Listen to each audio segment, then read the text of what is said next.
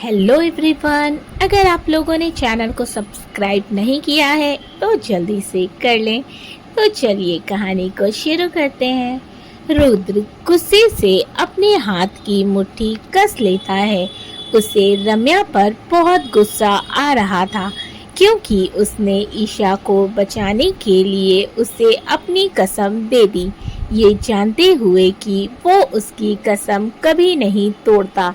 रम्या उसकी गुस्से से लाल आंखें देखती है तो उसका हाथ पकड़कर कुछ बोलने को होती है, लेकिन रुद्र गुस्से से अपना हाथ छुड़ा लेता है और उसे कुछ भी बोलने से मना कर देता है। रम्या की आंखें नम हो जाती हैं। वो मायूसी से गर्दन झुका लेती है क्योंकि वो समझ गई थी कि रुद्र उससे बहुत ज्यादा नाराज हो चुका है। पुलिस ईशा को पकड़ लेती है। ईशा जोर जोर से चीख रही थी और खुद को छुड़ाने की कोशिश कर रही थी। इस वक्त वो किसी साइको से कम नहीं लग रही थी। वो एकदम से इंस्पेक्टर की गन छीन लेती है। लेडी कांस्टेबल उसके हाथ से गन ले पाती उससे पहले वो रम्या पर गोली चला देती है, जो सीधे रम्या के कंधे पर जाकर लगती है। गोली की आवाज सुनते ही सब एकदम हैरान हो जाते हैं। एक पल के लिए तो पूरे फिजा में शांति सी छा गई थी। गोली लगने से रम्या दर्द से चीखती है। वो लड़खड़ाकर जैसे ही नीचे गिरने को होती है, रुद्र तुरंत उसे अपनी बाहों में थाम लेता है और जमीन पर बैठ जाता है। रम्या बड़ी मुश्किल से अपनी आंखें खोलने की कोशिश कर रही थी।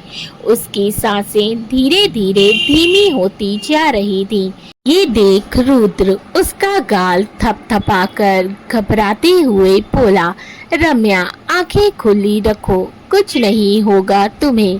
खबरदार जो आंखें बंद की तो। जान प्लीज मेरी तरफ देखो, मुझसे बात करो। उसकी आंखें आंसुओं से भर गई थी और आवाज रुक गई थी, पर रम्या कुछ नहीं बोलती क्योंकि वो कुछ बोलने की हालत में ही नहीं थी। उसकी आंखें धीरे धीरे बंद हो रही थीं। रुद्र गुस्से से डांटते हुए बोला, रम्या तुम्हें मेरी बात सुनाई नहीं देती ना, हमेशा मुझे परेशान करती हो। मैं कह रहा हूँ आंखें खोल कर रखो।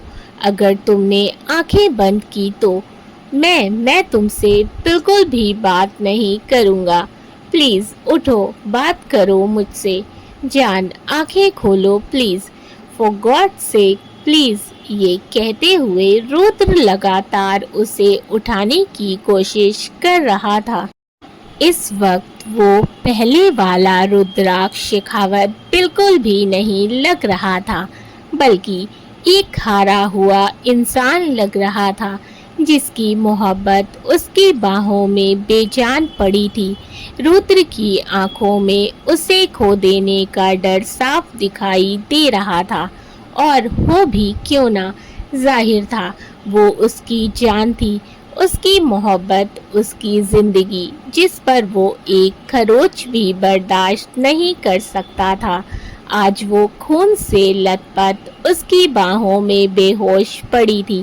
रुद्र खुद तो उसके लिए हर दर्द से गुजर सकता था, लेकिन उसे वो थोड़े से भी दर्द में नहीं देख सकता था। रुद्र जैसे कुछ भी सोचने समझने की सलाहियत खो चुका था। कार्तिक जल्दी से बोला, रुद्र संभाल खुद को, हमें भाभी को हॉस्पिटल लेकर जाना होगा। उसकी बात सुन रुद्र एकदम से होश में आता है और तुरंत रम्या को उठाकर गाड़ी की तरफ भागता है।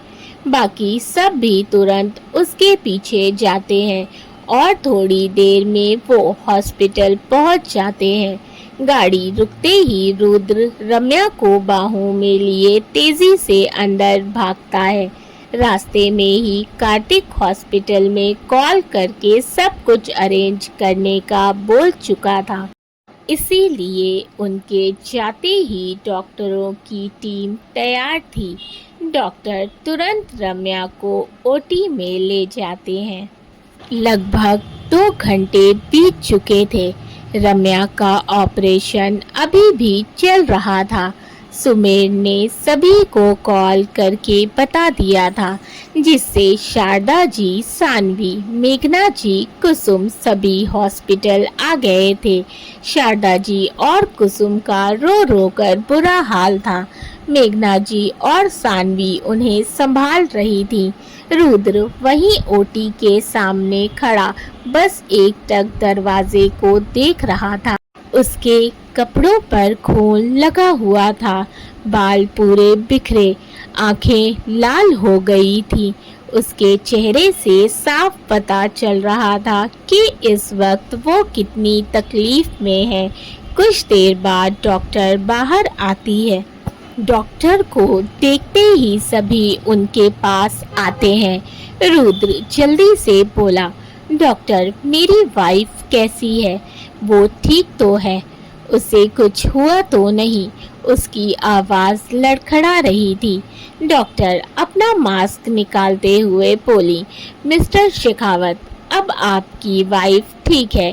गोली उनके शोल्डर पर लगी थी, जिससे हमने निकाल दिया है, लेकिन खून काफ़ी बह जाने के कारण वो पहले से और ज़्यादा वीक हो गई हैं।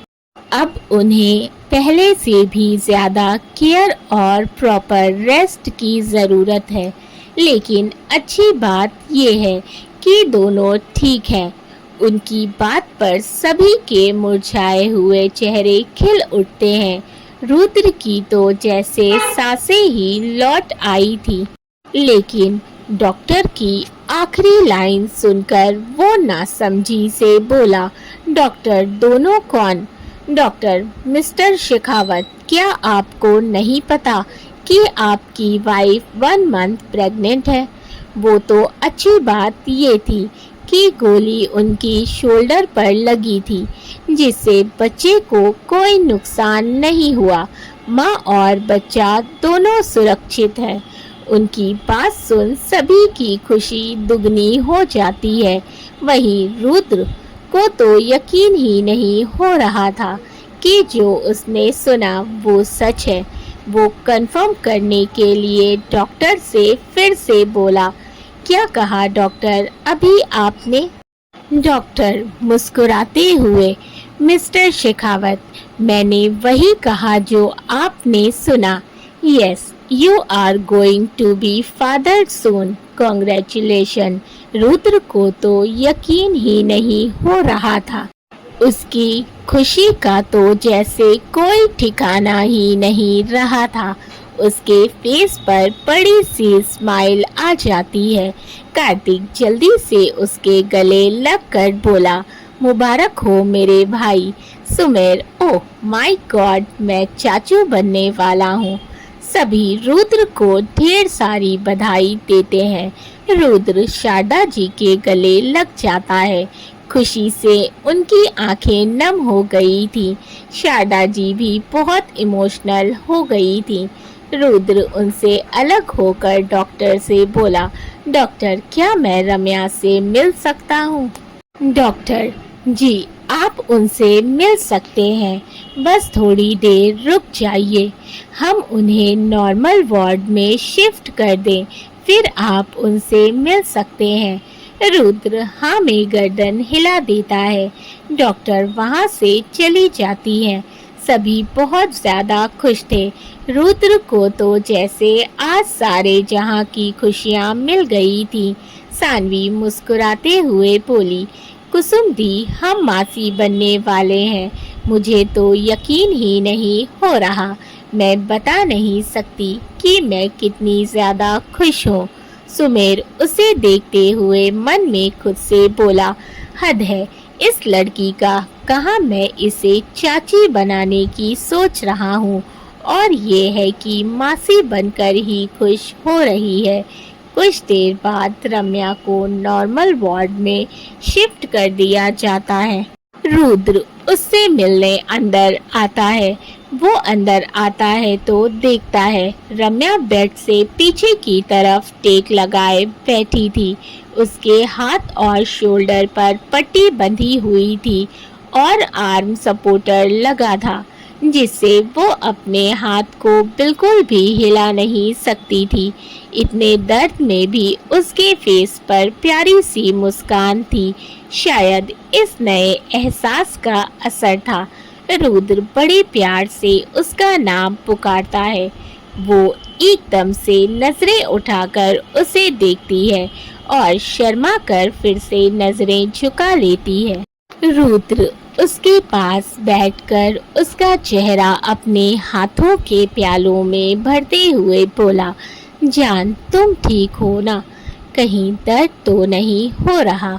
बताओ तो मैं डॉक्टर को बुलाऊं? रम्या धीरे से बोली, हम ठीक है। रुद्र धीरे से उसे अपनी आगोश में ले लेता है और हल्के से गले लगाते हुए बोलता है, आज मैं बहुत खुश हूँ, बहुत ज़्यादा, इतना ज़्यादा कि बता नहीं सकता। अपनी खुशियों को बयां करने के लिए मेरे पास शब्द नहीं है।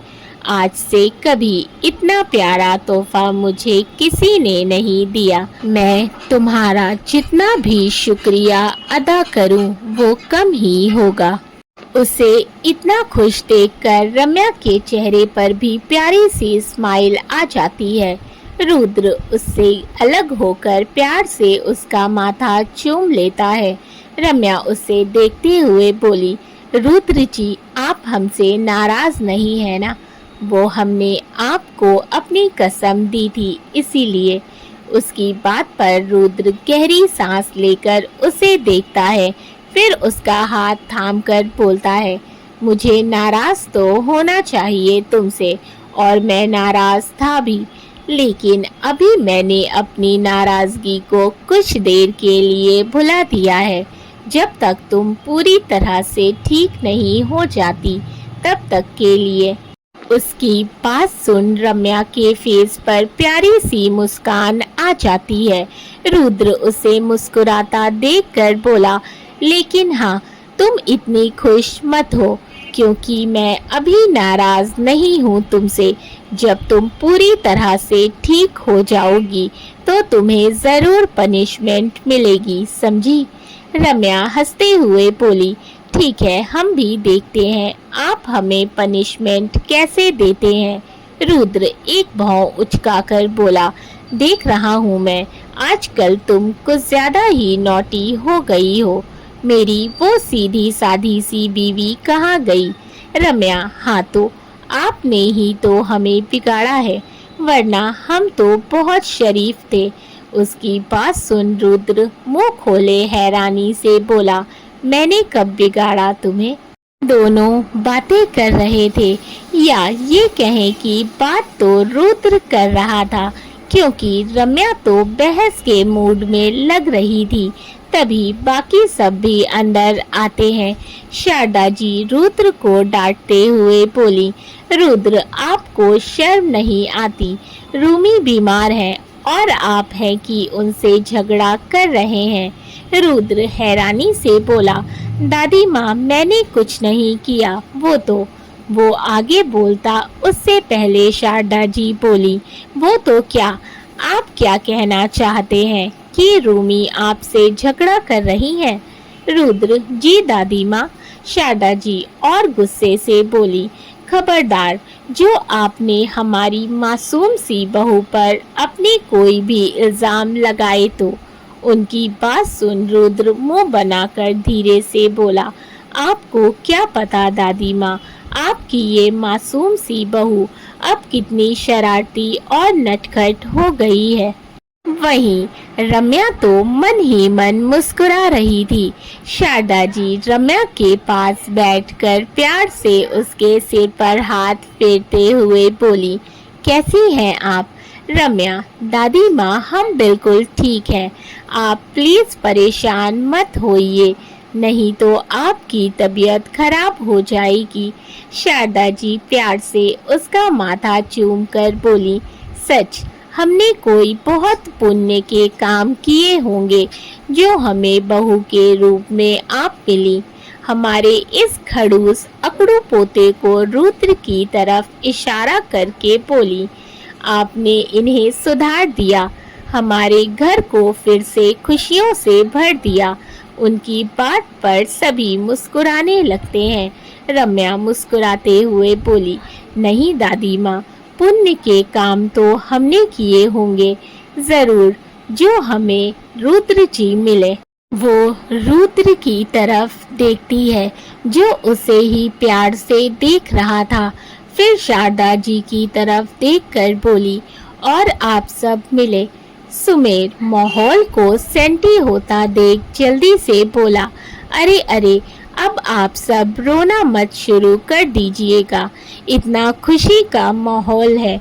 और फिर मैंने तो मुंह भी मीठा नहीं किया और ना ही रूमी भाभी को बधाई दी। तभी केशव हाथों में मिठाई लिए अंदर आता है और रुद्र से बोलता है, कॉन्ग्रेचुलेशन सर। रुद्र मुस्कुराते हुए मिठाई उसके मुंह में डाल देता है और खुशी से बोला, आज मैं बहुत खुश हूँ, इसीलिए आज तुम्हारी छुट्टी एंजॉय करो, अपनी गर्लफ्रेंड को डेट पर ले जाओ, लेकिन हाँ, थोड़ा तैयार होकर जाना। अगर इस हुलिये में जाओगे तो वो पक्का तुमसे ब्रेकअप कर लेगी। ये बोल वो हंसने लगता है तो बाकी सब भी हंसने लग जाते हैं। केशव बेचारा मुंह खोले अपने बॉस को देख रहा था, जिसने सरेआम सबके सामने उसकी अच्छी खासी बेइज्जती कर दी थी। लेकिन वो रुद्र के लिए बहुत खुश था, क्योंकि इतने साल बाद आज वो रुद्र को इस तरह खुलकर हंसता, मुस्कुराता और सबसे बातें करता देख रहा था। उसने हमेशा रुद्र को अपने बड़े भाई की तरह माना था। रुद्र ये बात जानता था, इसीलिए वो केशव की गलती पर भी उसे कभी ज्यादा नहीं डांटता था। हाँ, लेकिन काम के प्रति कोई लापरवाही भी बर्दाश्त नहीं करता था। केशव भी मुस्कुराने लगता है। सभी रम्या को ढेर सारी बधाई देते हैं। कुछ देर बाद रुद्र सभी को घर भेज देता है, क्योंकि कल रात से किसी ने भी कुछ नहीं खाया था और ना ही कोई एक पल के लिए सोया था। सभी काफी थके हुए थे, इसीलिए रुद्र सबको घर जाने का बोल देता है और खुद रम्या के पास रुक जाता है। रम्या को भी रेस्ट की जरूरत थी, इसीलिए वो अभी गहरी नींद में सो रही थी। रुद्र ने अपने कपड़े हॉस्पिटल में ही मंगवा लिए थे। वैसे तो रम्या वीआईपी वार्ड में थी, जो काफी बड़ा था, लेकिन फिर भी रुद्र ने वार्ड को बिल्कुल एक रूम की तरह अरेंज करवाया था, जिससे रम्या को कोई भी प्रॉब्लम ना हो और उसे दवाइयों की स्मेल ना आए। जब तक वो ठीक नहीं हो जाती उसे हॉस्पिटल में ही रहना था और रुद्र उसकी आदतों से अच्छे से वाकिफ था। वो जानता था कि रम्या को हॉस्पिटल और दवाइयों से कितनी चिढ़ थी, इसीलिए उसने रूम को बिल्कुल शेखावत विला के रूम के जैसे ही अरेंज करवाया था, जिससे उसे बिल्कुल घर वाला फील आए। रुद्र एक नज़र सोती हुई अपनी प्यारी सी बीवी को देखकर उसके माथे पर किस करता है, फिर अपने कपड़े लेकर फ्रेश होने चला जाता है। कुछ देर बाद वो फ्रेश होकर आता है। इस वक्त उसने ब्लैक लोअर और ब्लैक टी शर्ट पहन रखी थी। रुद्र किसी को कॉल करके बहुत ही गुस्से में कुछ इंस्ट्रक्शन देता है, फिर कॉल कट करके अपना लैपटॉप लेकर वहीं सोफे पर बैठ जाता है, क्योंकि रम्या अभी सो रही थी। उसके लंच और मेडिसिन का टाइम भी नहीं हुआ था। रुद्र ने इंस्पेक्टर को कॉल करके ये श्योर किया था कि ईशा और सूरज किसी भी कीमत पर जेल से बाहर नहीं आने चाहिए। कुछ देर बाद रम्या की नींद खुलती है।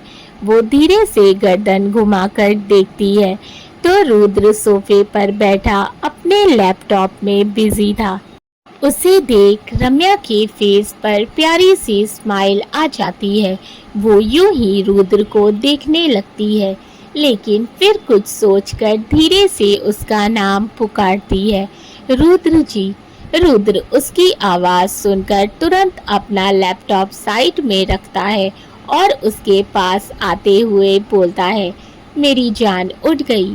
क्या हुआ, कुछ चाहिए तुम्हें? भूख लगी है या कहीं दर्द हो रहा है? क्या हाथ में दर्द हो रहा है? बताओ मुझे, मैं अभी डॉक्टर को बुला कर लाता हूँ। जान बताओ मुझे क्या हुआ। वो कई सारे सवाल एक साथ कर चुका था। रम्या, अरे आप चुप होंगे तब ना हम कुछ बोलेंगे। रुद्र, ओह सॉरी जान, तुम बोलो। रम्या मुस्कुराते हुए, हमें कुछ नहीं चाहिए, ना हमें भूख लगी है और ना ही कहीं दर्द हो रहा है। हमें बस थोड़ा बैठना है, लेटे लेटे थक गए हैं। तब रुद्र उसे आहिस्ता से उठाकर बैठा देता है। रम्या, आपने खाना खाया? उसकी बात पर रुद्र एकदम से चुप होकर उसे देखने लगता है, क्योंकि उसने कुछ भी नहीं खाया था। सुमेर ने उसे लंच बॉक्स लाकर दिया था, लेकिन रुद्र तो रुद्र था। काम के चलते और रम्या का ध्यान रखने में उसने लंच पर ध्यान ही नहीं दिया। उसने तो लंच बॉक्स खोलकर भी नहीं देखा था। रम्या गुस्से से उसे देखते हुए बोली, आप सच में बहुत लापरवाह हैं। वो पास रखी बेल को प्रेस करती है, जिससे तुरंत एक नर्स अंदर आ जाती है, जो कि खास करके उसकी देखभाल के लिए रुद्र ने हायर की थी। वैसे तो रम्या हॉस्पिटल में ही थी और वहाँ पर कई सारी नर्सेज और डॉक्टर्स थे, लेकिन फिर भी रुद्र ने स्पेशली उस नर्स को रम्या के लिए हायर किया था। पर रुद्र खुद इतने अच्छे से उसका ध्यान रख रहा था कि नर्स की ज़रूरत ही नहीं पड़ती थी। Nurse, yes ma'am. रम्या उसे देखते हुए बोली, क्या आप प्लीज़ इस लंच बॉक्स को गर्म करवा देंगी?